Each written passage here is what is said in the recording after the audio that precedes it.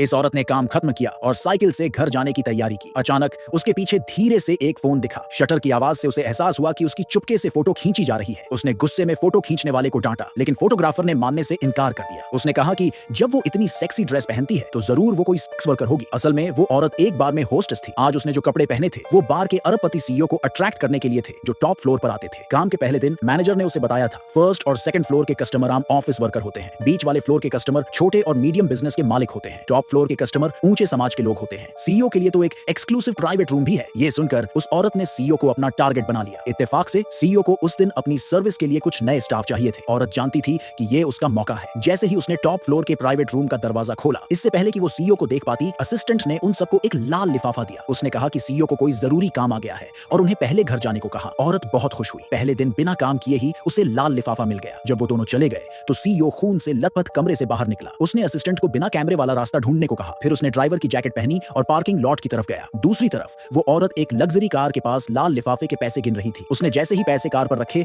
Headlight अचानक जल उठी। वो चौंक गई और किसी को चिल्लाने के लिए घूमी। जब उसे पता चला कि वो लग्जरी कार उसके सामने खड़े आदमी की है और उसकी एक्सक्लूसिव पार्किंग है, उसने सोचा कि ये आदमी वही सीईओ होगा जिसे वो टारगेट कर रही थी। उसने तुरंत उसे नमस्ते कहा। सीईओ ऐसी घमंडी औरत से बात नहीं करना चाहता था। वो कार का दरवाजा खोलने के लिए खड़ा हुआ, लेकिन औरत ने उसे पकड़कर रोक दिया। वो दरवाजा खोलने में उसकी मदद करना चाहती थी और उसकी जेब में ड्राइवर का वैलेट पास मिला। गुस्से में उसने सीईओ को थप्पड़ मारा। उसने उस पर नकली होने का इल्जाम लगाया कि वो न सिर्फ बॉस की कार चुराकर सीईओ होने का नाटक कर रहा है, बल्कि पैसे और औरतों को भी ठगने की कोशिश कर रहा है। इससे पहले कि सीईओ कुछ समझा पाता, औरत ने देखा कि उसके कपड़े सस्ते बाजार के थे। वो ठीक से फिट नहीं थे, साफ किराए पर लिए हुए थे। औरत ने जल्दी से अंदाजा लगाया कि वो सीईओ का ड्राइवर होगा। इससे उसे असली सीईओ के करीब जाने का रास्ता मिल गया। उसने अपना फोन निकाला और आदमी को उसका नंबर लेने को कहा। उसने उसे यह भी कहा कि आज से वो उसके लिए सीईओ पर नजर रखे। उसने वादा किया कि जब वो सीईओ की पत्नी बन जाएगी तो उसे अच्छा इनाम देगी। सीईओ उसकी चालों से इतना परेशान हो गया कि उसे हंसी आ गई। समय की कमी के कारण उसने न चाहते हुए भी अपना फोन निकाला और औरत का नंबर ले लिया। औरत संतुष्ट होकर चली गई। अगले दिन सीईओ कस्टमर बनकर बार वापस आया। औरत जानबूझकर नई ड्रेस पहनकर काम पर आई, लेकिन एक कलीग ने उसका मजाक उड़ाया। कहा कि सीईओ उस जैसी औरत की तरफ कभी नहीं देखेगा। औरत गुस्से में थी। उसने सबके सामने खुलासा किया कि कलीग ने ब्रेस्ट और हिप्स बढ़वाए हैं। इससे कलीग को बहुत गुस्सा आया। कलीग ने दावा किया कि औरत का सीईओ का नंबर लेने का दावा झूठ था, नहीं तो वो अब तक सीईओ के साथ होती। औरत ने कहा कि सीईओ बिजी है और जल्द ही उसे टॉप फ्लोर के प्राइवेट रूम में बुलाने के लिए किसी को भेजेगा। कलीग्स के सामने झूठ पकड़े जाने से बचने के लिए